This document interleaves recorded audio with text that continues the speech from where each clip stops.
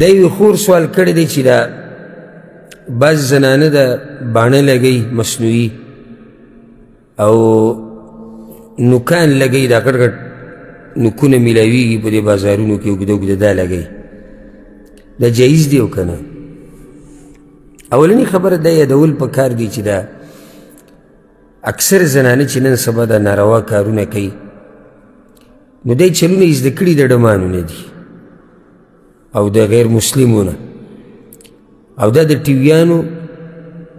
او د انټرنیټ او د ډیش برکت دی چې زنانه دا چلونه کوي. زه دې خویندو ته دا ویل غواړم چې ښایست اصل ښایست چې په هغې سره زنانه ښایسته ښکاري هغه دینداري ده او که یو زنانه دا روزي برابر کړي او باڼه اوږده اوږده ولګوي او نوکان ورسره غټ غټ ولګوي که نه ورب الکعبه که پرې ښایسته شي چې څو پورې پکې دینداري دی او یو زنانه ښایسته کېږي په دې سره چې کله دا د خپل خاوند خیال ساتي او د خاوند د حقوقو خیال ساتي دا په دې سره ښایسته کېږي په دې چلونو ملونو سره زنانه نه ښایسته کېږي او دا د درنو زنانو کار هم نه دی او دا د دیندارو زنانو کار هم نه دی نو دا باڼه لګول دې دپاره چې اوږده ښکاري دا حرام دي ځکه چې پیغمبر صلی الله علیه وسلم د وصل الشعر نه منع کړي د ویښته په ویښتو پورې لګول او دویم دا نوکان چې دي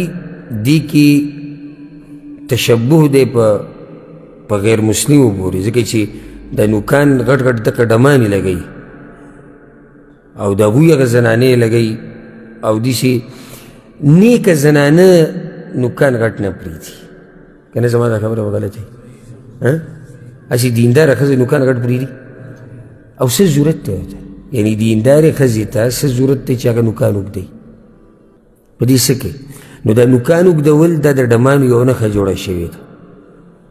او د بېدینو خلکو نو دا جعلي نوکان لګول دا خو د هغوی سره ځان یو شان کول او سبحان الله شریعت تا ته وایي نوکان څه که واړه که ته پسې ځې د مارکېټ نه پسې نور رالې ولګوې یعنې الله څه وایي د الله پیغمبر څه وایي او دا زنانه روانه په کم طرف باندې ده د الله نه یره پکار ده نن سبا د زنانو کې دا قصې ګوره ډېرې شوي دي دا جعلي ویښته لګول نقلي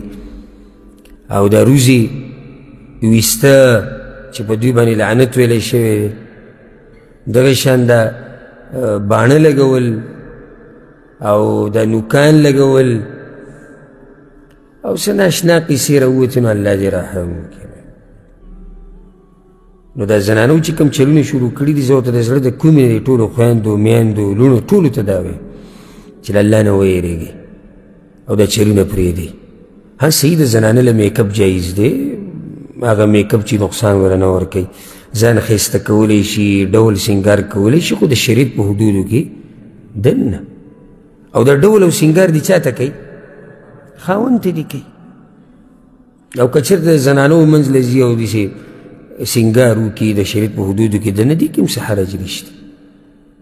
خو دا کیسې چې دا چلیږي او موږ ترې خبر یو